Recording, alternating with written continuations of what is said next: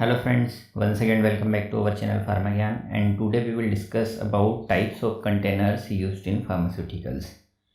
नमस्कार, स्वागत है आपका हमारे चैनल फार्मा ज्ञान में। और आज हम बात करने वाले हैं different types of containers which are used in pharmaceutical preparations, which are used to store pharmaceutical preparations. Friends, if you are new to our channel, please don't forget to like, share and subscribe our channel Pharma Gyan. Let's continue the video.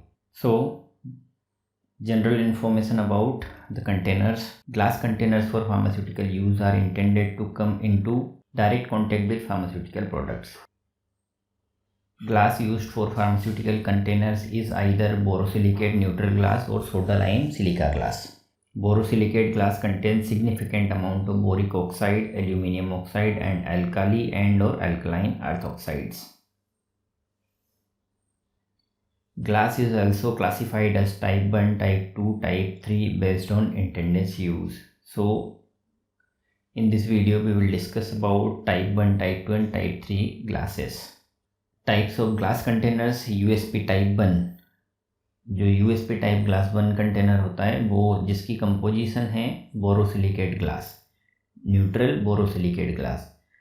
इसका जो structure होता है वो borosilicate structure होता है और इसका जो यूज़ है it is ideal for containing all injectable preparations with acid, neutral and alkaline pH. It has good resistance to thermal shocks and can be sterilized before and after filling. तो जो USP type 1 containers होते हैं वो borosilicate glass containers होते हैं, borosilicate structure होता है और जिनका यूज़ क्या है, जितने भी हमारी एसिडिक, न्यूट्रल और अल्कलाइन pH वाली प्रिपरेशंस होती हैं, फार्मास्यूटिकल प्रिपरेशंस हो या फिर अदर प्रिपरेशंस हों, वो सब स्टोर करने के लिए यूज़ में होते हैं। और इनको ये जो ग्लास कंटेनर्स होते हैं इनका अच्छा थर्मल रेजिस्टेंस होता है, तो हम बिफोर फिलिंग और आफ्टर फिलिंग में स्टेरिलाइजेशन भी कर सकते हैं। Second type of glass containers, USP type 2 glass containers, जो कि ट्रीटेड सोडा लाइम ग्लासेस होते हैं। कंपोजिशन इसकी soda lime silica glass but with suitable treatment on the inner surface to increase the hydrolytic resistance. जो USP type 2 glass containers होते हैं उनकी जो इनर सरफेस होती है उस पर एक ट्रीटमेंट होता है उनके इनर सरफेस पर, तो जिससे क्या होता है जो हाइड्रोलाइटिक रेजिस्टेंस होता है वो बढ़ जाता है। इनका जो यूजेस है suitable for acidic and neutral parenteral preparations, can be sterilize before and after filling. तो एसिडिक एंड न्यूट्रल प्रिपरेशंस के लिए ये यूज़ होते हैं और इनका जो स्टेरिलाइजेशन है मतलब थर्मल स्टेबिलिटी भी अच्छा है, जिससे बिफोर एंड आफ्टर दो फिलिंग के पहले और फिलिंग के बाद में भी हम स्टेरिलाइजेशन कर सकते हैं। This type of glass is a soda lime treated glass which by means of a special treatment reaches the hydrolytic stability of type 1 glass on its surface layer of 0.1 to 0.2 micrometre. Type 3 USP type 3 glass containers, soda lime silica glass, soda lime glass. ये जो glasses होते हैं इनकी composition है soda lime silica glass.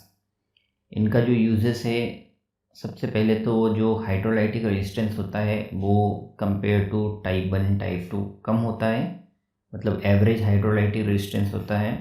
Suitable for containing non aqueous injectable preparations and those in powder form. तो जितने भी powder form में हमारे फार्मास्यूटिकल प्रिपरेशंस हैं वो सब टाइप 3 ग्लास कंटेनर्स में ज़्यादातर फिल किए जाते हैं। also be used for non-parental preparations. Non-parental preparations जितने भी हैं अदर देन पैरेंटल, उनमें भी ये टाइप 3 ग्लास कंटेनर्स यूज़ किए जाते हैं, जैसे टैबलेट्स हुई और अदर डोसेज फॉर्म्स के लिए। Should be sterilize by dry heat before filling.